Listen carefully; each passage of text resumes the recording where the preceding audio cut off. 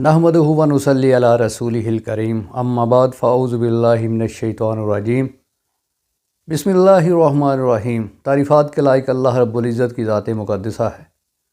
दरूद व सलाम के लायक मुहम्मद रसूलुल्लाह सल्लल्लाहु अलैहि व आलिहि वसल्लम की ज़ात मुक़द्दसा है।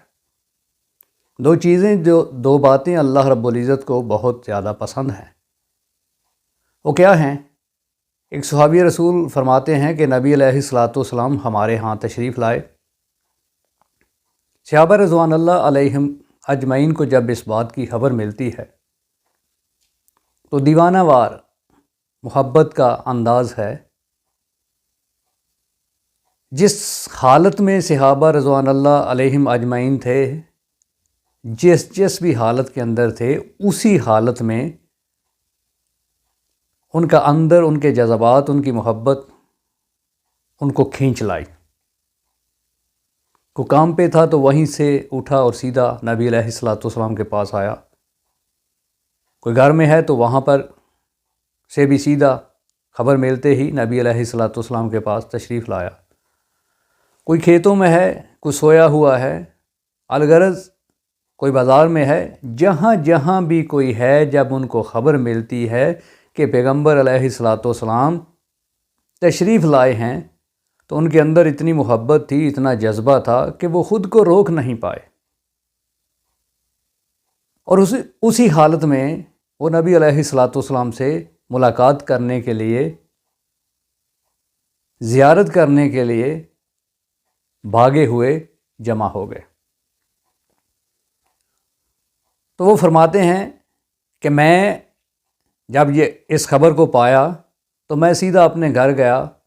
वहाँ जाकर मैंने गुस्ल किया, नए कपड़े निकाले, वो पहने और फिर मैंने इरादा किया नबी अलैहिस्सलातु वस्सलाम से मिलने का। तो जब मैं नबी अलैहिस्सलातु वस्सलाम के पास पहुँचा तो मेरे बालों से पानी टपक रहा था। तो नबी अलैहिस्सलातु वस्सलाम की मुक़द्दस ज़ात ने मेरी तरफ देखा और मुस्कुराए और फरमाया कि अल्लाह रब्बुल इज़्ज़त को दो बातें बहुत पसंद हैं। एक तो ये कि खूबसूरती, जमाल, अल्लाहुल जमील है, खूबसूरत है, खूबसूरती को पसंद करता है। और दूसरा, अल्लाह रब्बुल इज़्ज़त दानाई, अक़ल, जो अक़ल का इस्तेमाल करता है, उसको अल्लाह रब्बुल इज़्ज़त बहुत पसंद करते हैं। मोहब्बत तो सब में थी, जज्बा भी सब में था।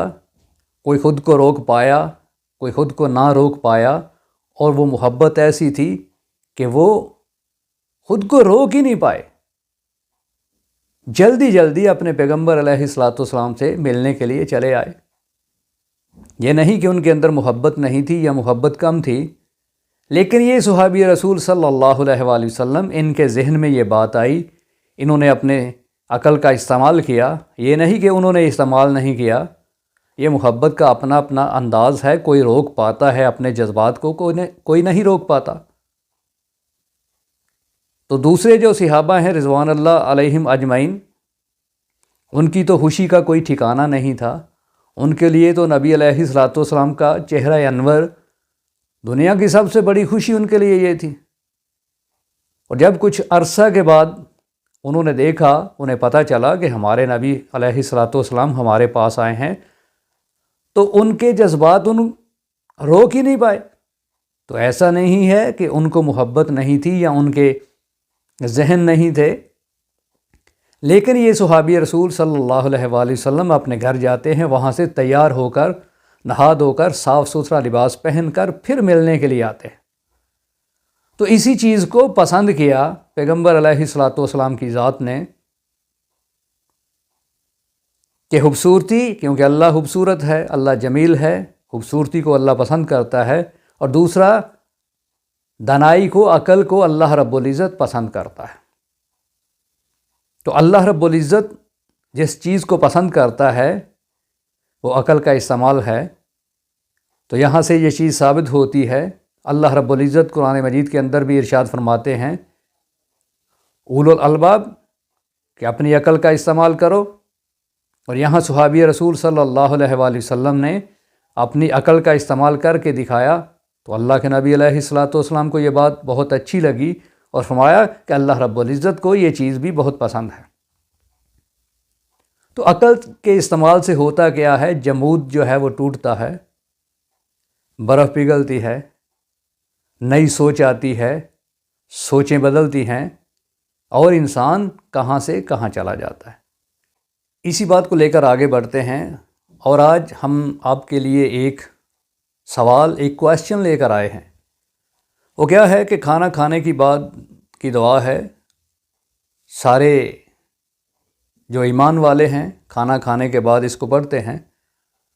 وہ دعا کیا ہے؟ الحمدللہ الذی اطعمنا وسقانا وجعلنا من المسلمین، کہ اللہ آپ نے ہمیں کھلایا پلایا، اور آگے خالی جگہ ہے بنایا۔ تو اس خالی جگہ کے اندر آپ نے نیچے دیے گئے جتنے الفاظ ہیں ان کا استعمال کرنا ہے، اور دیکھنا ہے کہ یہاں پر کون سا لفظ جو ہے وہ صحیح ہے، پرفیکٹ ہے۔ آپ نے اس کا چناؤ کرنا ہے، آپ نے اپنی عقل کا استعمال کرنا ہے، تاکہ جمود ٹوٹے، زنگ اتریں، دلوں پہ جو زنگ ہے، جو دل بنجر ہیں وہ آباد ہوں گے، برف پگھلے گی، اور انشاءاللہ حق جو ہے وہ سامنے آئے گا۔ حق کو حاصل کرنا آپ کا بھی حق ہے، ہمارا حق ہے کہ آپ تک یہ بات پہنچائیں۔ اللہ رب العزت سے دعا ہے کہ اللہ تبارک و تعالی ہم سب کو صحیح دین کو سمجھنے اور اس پر عمل کرنے کی توفیق عطا فرمائے۔ وآخر دعوانا ان الحمد للہ رب العالمین۔